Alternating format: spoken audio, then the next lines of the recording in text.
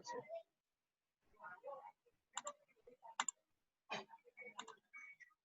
Ahora sí, hablando del origen de la filosofía. En las civilizaciones antiguas, el pensamiento mítico explicaba las realidades de los mitos, relatos cargados de simbolismo. En la antigua Grecia, a partir del siglo VI a.C., empezó a emplearse una nueva forma de responder cuestiones tales como el origen del todo, qué es el ser y de dónde viene. Según la tradición, fue Tales de Mileto en el año 624 a 548 a.C., el primero en reemplazar el pensamiento mítico por el racional. Ahí fue que se creó el logos. Ahora bien, ¿qué es el logos? El logos no es otra cosa más que, en griego, etimología griega, que se llama tratado de estudio, ¿verdad? Acuérdate que yo en algún momento, los que tuvieron la fortuna de estudiar conmigo la filosofía, yo les había dicho que todas las ciencias que nosotros conocemos, tienen su origen en la filosofía. ¿Por qué? La filosofía concebía las ideas, hacía el razonamiento. Y en el momento que eso se demostraba, pasaba a ser ciencia. Un ejemplo de ello, por ejemplo, etimológicamente vamos a definir. Y no me da pereza explicar. Tenemos, por ejemplo, la palabra biología. ¿Para ti qué es la biología? A ver, cuéntame. Esa palabra biología justamente la ven con el profesor Michael Campodónico, ¿verdad? Pero biología tiene ¿qué cosa? Tiene justamente las raíces griegas. Bio, la palabra bio, y logía, etimología, bios, logos. Si hablamos de bio,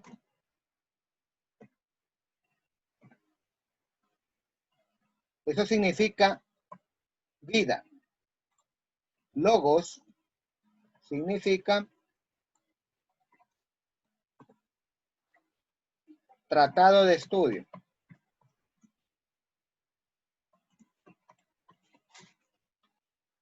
¿Verdad? En otras palabras, ¿qué es la biología? ¿Qué es la biología? La biología es el tratado de estudio de la vida. ¿Verdad? Es el tratado de estudio de la vida. Y dime tú, justamente cuando vemos biología, ¿hablamos de la vida? Te pregunto.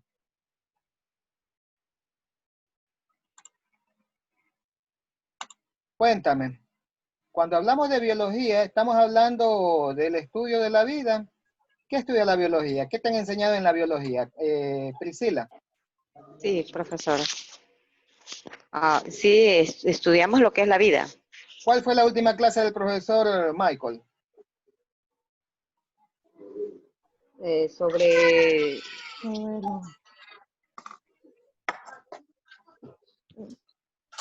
el proceso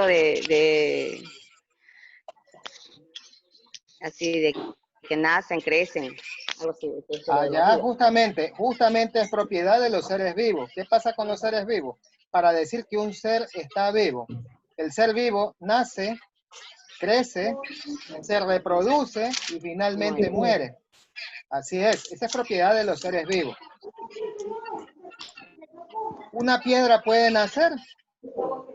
No. No. Para nada. ¿El agua nace? Sí. ¿Por qué el agua nace? Cuénteme. No. El agua está No, ahí. el agua es un ser, es algo inerte. Lógicamente en los ríos, en esta cuestión, tiene movimiento, sí, pero eso no significa que esté vivo. ¿Qué más podemos hablar? Los minerales, el aluminio, el oro, el hierro, ¿se reproduce? No. Para nada. Entonces, dése cuenta que en biología solamente vemos Los seres vivos. ¿Por qué? Porque de eso se trata. Entonces, tenemos, por ejemplo, otra palabrita. Zoología. Ya sabemos que logía viene de logos. ¿Y logos qué es? Es tratado de estudio. Entonces, la palabra zoo. También vienen las voces griegas, su, que significa animales. Por lo tanto, esta ciencia, ¿de qué se tratará? Del estudio de los animales. Así es, tratado de estudio de los animales. Justamente la zoología, vuelta en cambio, es la ciencia utilizada para los veterinarios, ¿verdad? Todos los que atienden a los perritos, a los gatitos, a los loros, a los pericos, a las gallinas, en algún momento estudiaron la zoología, ¿sí? Entonces, mírate que esto de aquí, aprender filosofía muchas veces les da sueño, les da pereza, bostezan, por ahí he visto, pero esto es algo bonito, porque esto nos da el origen de todas las cosas. Ahora, según Tales de Mileto, para explicar el origen de todas las cosas, lo básico fue el agua. Teoría que hasta el día de hoy se mantiene. Te pregunto a ti, Jacqueline. Mande. ¿Por qué Tales de Mileto sostuvo que todo viene del agua? Por los ríos y los mares, ¿no? Yajaira Medina. ¿Cómo explica el día de hoy que la vida se origina en el agua? Bien. Para la evolución de los peces. Cuéntemelo.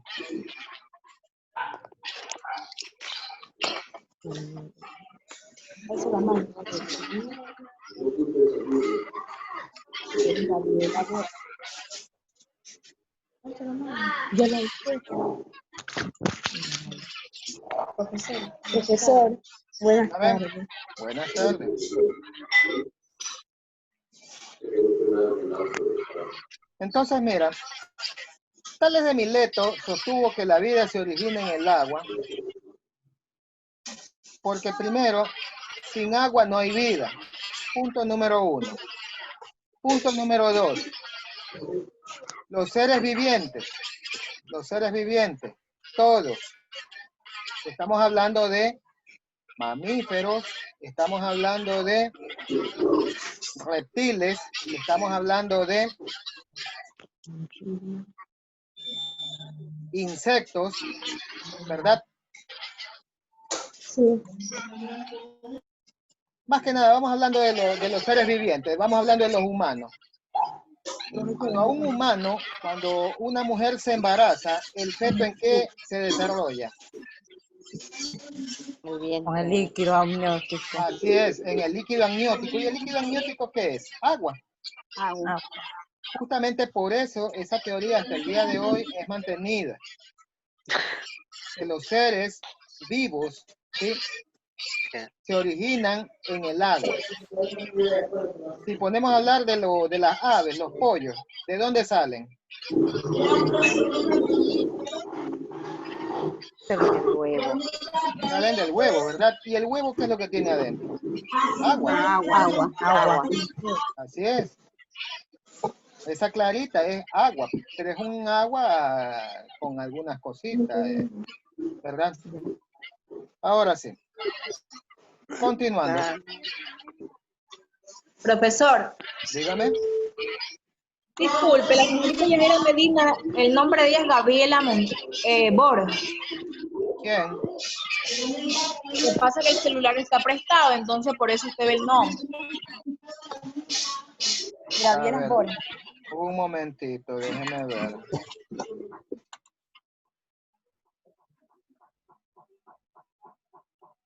Ahora sí. ¿Cuál es el celular prestado? Yajaira Medina. Ajá. ¿Cuál es el nombre? Gravielas Borja.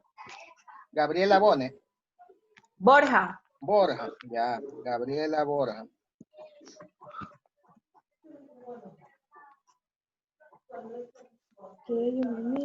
Sí, tú sabes. Perfecto.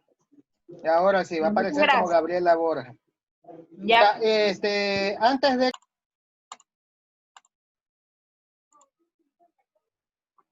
Así se inició la filosofía, basada en la curiosidad y el asombro, pero empeñada en satisfacer adecuadamente esa curiosidad de saber. Ahora, a ti te expliqué en algún momento de dónde viene la filosofía, qué significa filosofía. Pues filosofía justamente viene también de las voces griegas, ¿verdad? De las voces griegas, filos,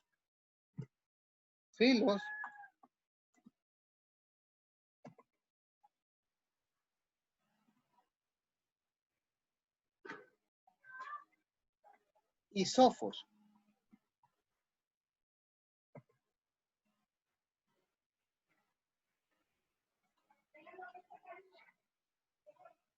Filo, que significa amor. Sofos significa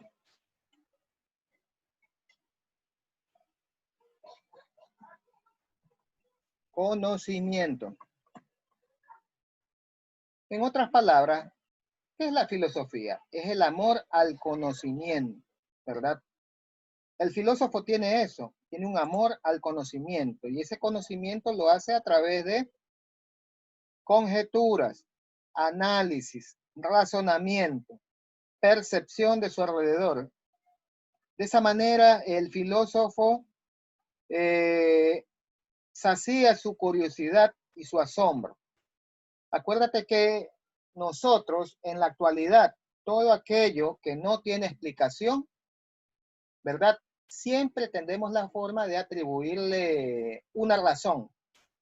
Por ejemplo, tenemos el caso, o muchas veces, no sé si me vas a dar la razón de lo que te voy a decir, pero bueno, muchas de las veces, nos enteramos de que tal o cual persona tiene cáncer terminal, ¿verdad? Tiene un cáncer terminal que tiene apenas una semana de vida. Y en el lapso de el transcurso de esa semana crítica, viene y ¡pum! Se cura. Entonces, ¿qué dice la ciencia? La ciencia busca explicar, pero mediante un razonamiento lógico, evidencias, biopsias y todo lo demás. Pero al no encontrar explicación, al no explicación, una respuesta a su curiosidad, ¿qué te dice? ¿Alguien me puede decir? ¿Qué te dice en ese caso? Que es un milagro. Así es. Justamente, a eso se le llama con el diablo ahí, bro. milagro. A eso se le llama milagro. ¿Sí? Justamente lo que no tiene explicación, lo que la ciencia no te puede, con su gran herramienta, cantidad de conocimientos que tiene la ciencia, no te puede dar una explicación, a eso se le llama milagro justamente. Por ejemplo, el señor Ezequiel Mosquera, milagro que está aquí. Eso es un milagro, eso no tiene explicación científica. ¿Verdad? Sí, O por ahí, sí, como dijo sí. Ezequiel, el diablo. El diablo me llamó anoche y me dijo tu caso. Que se cura así el anando, se puede con el diablo, bro. Bueno. Entonces, bueno, justamente el ser humano desde la antigüedad, desde inicios de la civilización, siempre ha tratado de alguna u otra manera explicar el todo. Siempre. Que porque cae la lluvia, que porque es la noche, porque es el día, ¿verdad? En la actualidad ya todo eso nosotros lo conocemos. ¿Pero por qué? Porque tenemos justamente los conocimientos. tenemos herramientas, tenemos medios. Pero todos esos medios justamente se vinieron a descubrir por la necesidad de conocimiento que nosotros teníamos.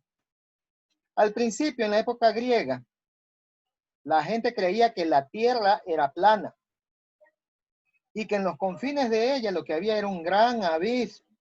¿Pero por qué?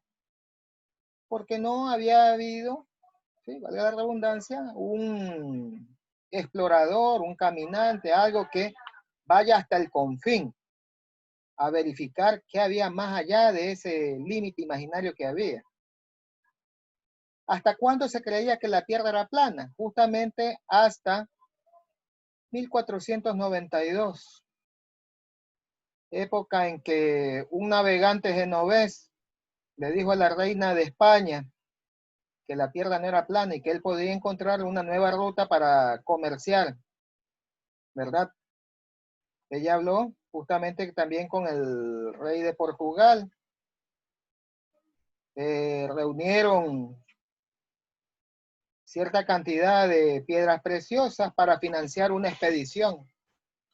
Y fue justamente ahí que se dio origen a una aventura.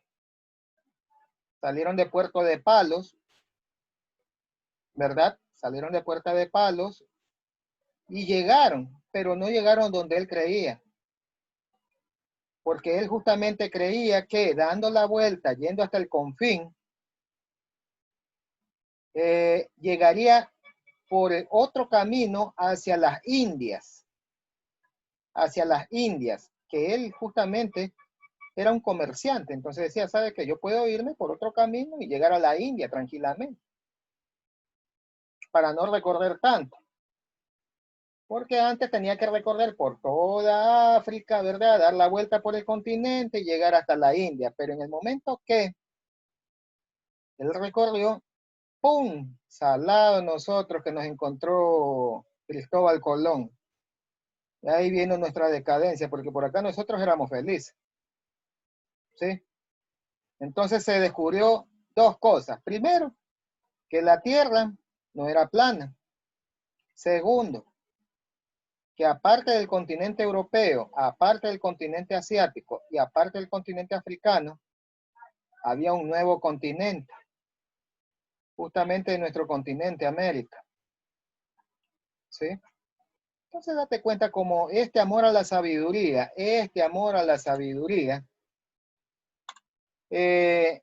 rompe muchas veces los paradigmas que hay en ese momento. ¿Cuál era el mayor paradigma que había en ese momento?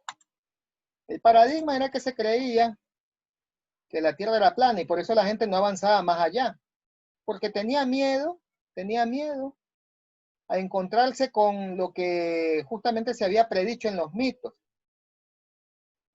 ¿Qué decían los mitos? Que más allá de la Tierra había un abismo donde salían criaturas inimaginables, devoradores de vida, devoradores de carne, se llevaban tu alma. Entonces la gente nomás decía, no, ni para qué ir, allá dice que hay eso, ni loco, no voy.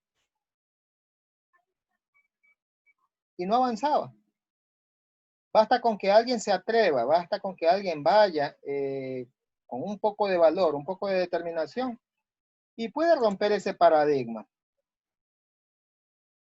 Puede romper ese paradigma y nos demuestra que lo que nosotros ignorábamos no es otra cosa más allá de lo que se decía en los mitos. Ahora, otra pregunta, por ahí una pregunta suelta. ¿Alguien cree en el mal de ojo? No.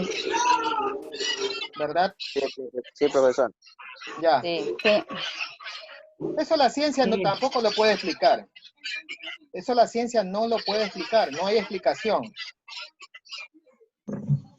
Te puedo decir el caso, han pasado muchos casos. ¿En qué? En la brujería. Una criatura que tiene vómito, diarrea y todo lo demás, la llevan a 2, 3, 4, 5 médicos y ninguno le atina. En la brujería, profesor. Llega el quinto médico y le dice, ¿sabe qué? Hágale pasar un huevito. Y efectivo. Le hacen ese ritual y pum, la criatura se cura. En la brujería también, profe. También, Es la creencia. este pana lo tienen calzoneado por ahí. Pero bueno. Ay, sí. Entonces, mira, justamente hay cosas que la ciencia no puede explicar. A eso le decimos milagro. Y en el caso del que dijo por ahí el hombre, que lo tienen por ahí amarrado, le llaman ciencias ocultas. Ciencias ocultas.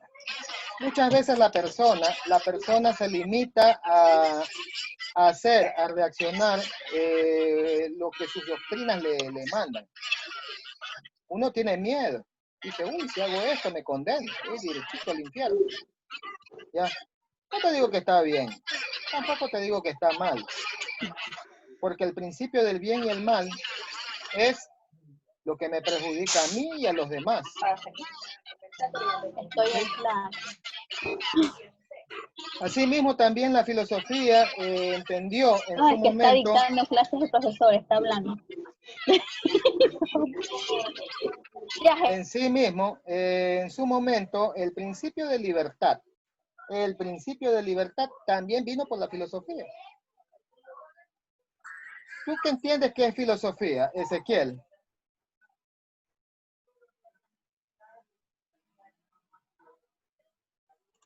Ezequiel, ¿tú qué entiendes que es libertad? Gabriela, ¿qué es libertad? Priscila, ¿qué es libertad?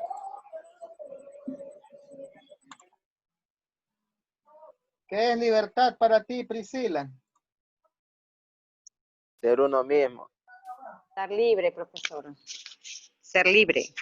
Ser libre. ¿Para qué? Ser libre en la vida. Ser libre en la vida. Ya, Para hacer lo que quiera. ser lo que Tener quiera. facultad, derecho Claro. para expresar, decir lo que Para se piensa. expresar, decir. ¿Verdad? Sentirse uno mismo. ¿Verdad? Yo estoy en la libertad de ir a tu casa a pegarte un tiro. ¿Está bien eso? No. No. La otra niña que me dijo expresar lo que quiero. Si yo te digo que tú eres una guacharnaca, ¿está bien? No. No, ¿verdad? Entonces, hay que tener claro ese concepto. No es lo mismo, escúchame bien, libertad, ¿verdad? Que lo que tú quieres hacer. La libertad no es hacer lo que me da la gana. Y eso es lo que la mayoría no entiende bien. Libertad es el libre albedrío de hacer lo que yo desee, siempre y cuando comprendiendo que mis derechos terminan donde comienzan los derechos de los demás. Es decir, yo tengo derecho a divertirme, ¿verdad? Pero mientras eso no afecte a mis vecinos, está bien. ¿Sí? Yo tengo mi parlante. Tengo derecho a escuchar música, sí, pero no tengo derecho de escandalizar a todo el barrio. Tengo derecho a tomarme mis tragos, sí, pero no tengo derecho de hacerle relajo a nadie. Tengo derecho a llevar un arma para defensa, sí, pero no tengo derecho de salir a darle disparos a nadie. Y así sucesivamente. Esa es la libertad. Libertad, nuevamente te repito, es entender que mis derechos terminan donde comienzan los derechos de los demás. Usted puede hacer lo que quiera, pararse de cabeza, pero mientras eso no afecte a nadie más. ¿Estamos claros?